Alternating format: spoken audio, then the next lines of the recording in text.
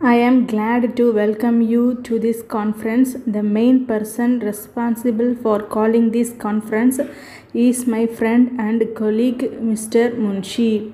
When he first suggested to me that there should be a meeting of vice chancellors and others to consider how we can improve agricultural education in the country, I readily agreed.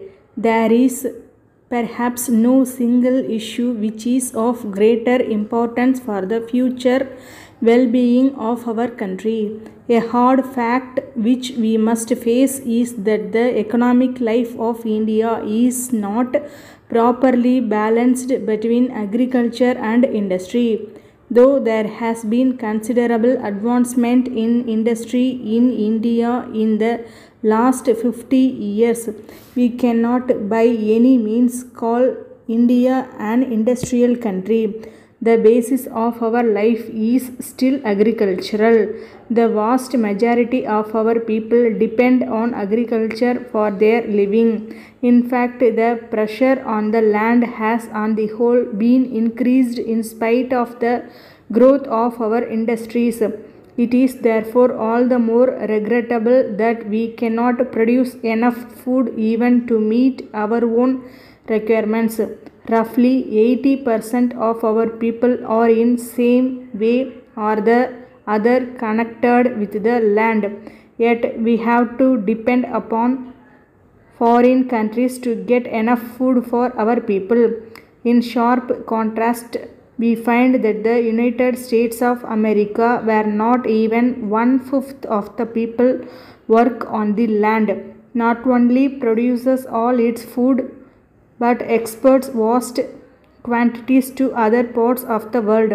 We must therefore ask ourselves the reason why, with 4/5 of our people on the land, we are still deficit in food supply, whereas other countries which do not use even 1/5 of their manpower for the production of food or surplus areas. A detailed inquiry into this problem is all the more necessary as our position has not always been so bad as it is today. Till some years ago, we have in fact been exporting wheat and other food grains, but since 1943, we seem to be suffering from a severe shortage. You all know about the serious efforts of the government, both the center and the states, to increase the production of food through the Grow More Food campaign. I think you will all agree that the results have not been commensurate with our efforts. 1951 has been a very difficult year. Obviously, we cannot always depend upon foreign countries to supply us with food. The present situation is very difficult, but when we remember the rate at which our population is growing, the future difficulties are sure to be still greater, unless we can devise methods by which the production from our land will increase. All the hopes which we have for the future for our country will be subject to a vast question mark. It is in this context that we have met here today as educationists whose business is to train the people of the country. It is our duty to suggest methods by which we can overcome the threat of severe food shortage.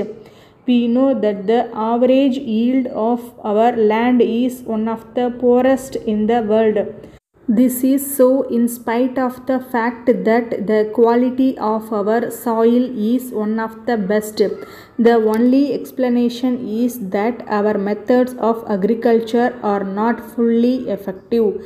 We must therefore think in terms of a change in our agricultural methods. This can be achieved only if our agricultural education is revised. I think you will all agree with this. Letter dated 7th October 1979 from the International Trades Private Limited, Bose Road, Calcutta to Messrs. Spencer and Company Limited, Anna Salai, Madras. Dear sirs, we thank you for your kind inquiry about our latest model duplicator. We are the only Indian representatives for the same. We have great pleasure in enclosing the details regarding the machines as also our quotation for your kind consideration.